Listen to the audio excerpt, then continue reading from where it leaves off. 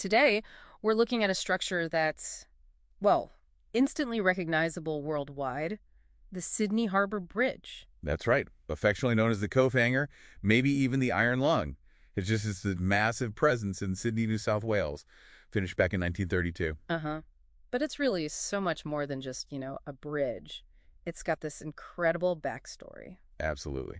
And that's our mission for this deep dive, right? To sort of unpack the sources and find those surprising engineering firsts, the story of the people who built it, and the complicated social side of it all. Yeah, it's all in there. And the vision, it really started with John Bradfield. They called him the father of the bridge, apparently. He pushed for it for years. Right. And the construction itself, the sources make a big deal about the materials and the metalworking, pioneering stuff. Definitely. Like the steel, for instance. That's a key point in the materials we looked at. Yeah, I saw that. Came from Dorman Long in the UK, right? Middlesbrough.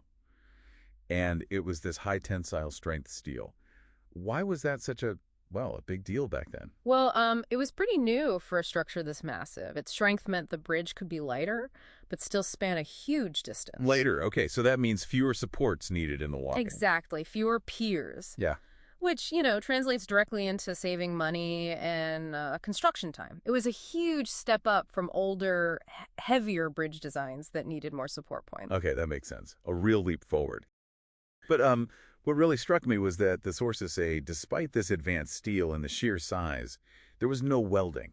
Zero. Yeah, seems odd now, doesn't it? But welding for a project this big just wasn't really developed enough yet. So how did they hold this massive thing together? Rivets, an incredible number of them. The sources mention 6 million steel rivets. 6 million. Wow. Uh-huh. Each one about, 19 millimeter across. They'd heat them red hot, stick them in the holes. And then hammer them flat while they were still hot. Precisely.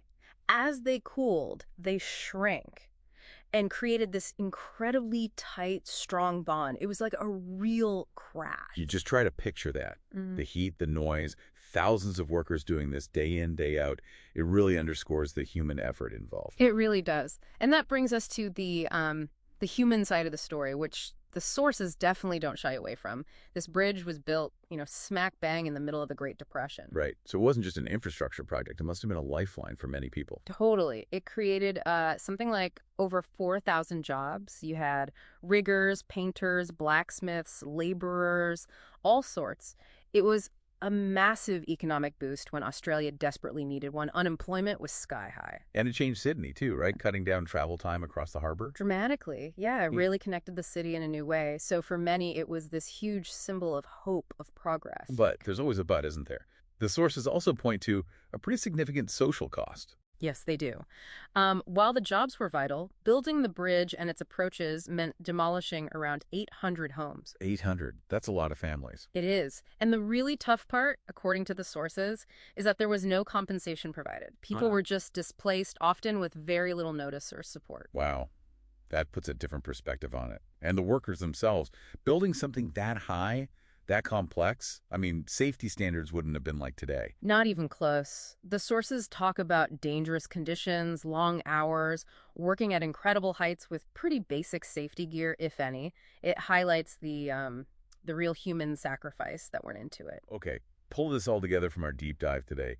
What's the kind of core takeaway about the Sydney Harbour Bridge? I think it's really this dual legacy. On one hand, you've got this monument to incredible engineering, that pioneering high-tensile steel, the 6 million rivets holding it strong. A real testament to ingenuity. Right. But just as importantly, it's this powerful symbol of economic recovery during the Depression, built by the sheer hard work of thousands. And it leaves you thinking, doesn't it, about how these huge achievements, these landmarks we look up at, are often built on both amazing innovation and a really profound human impact, sometimes a costly one. It makes you reflect on that balance, between pushing forward and the social cost that sometimes gets left behind in the history books.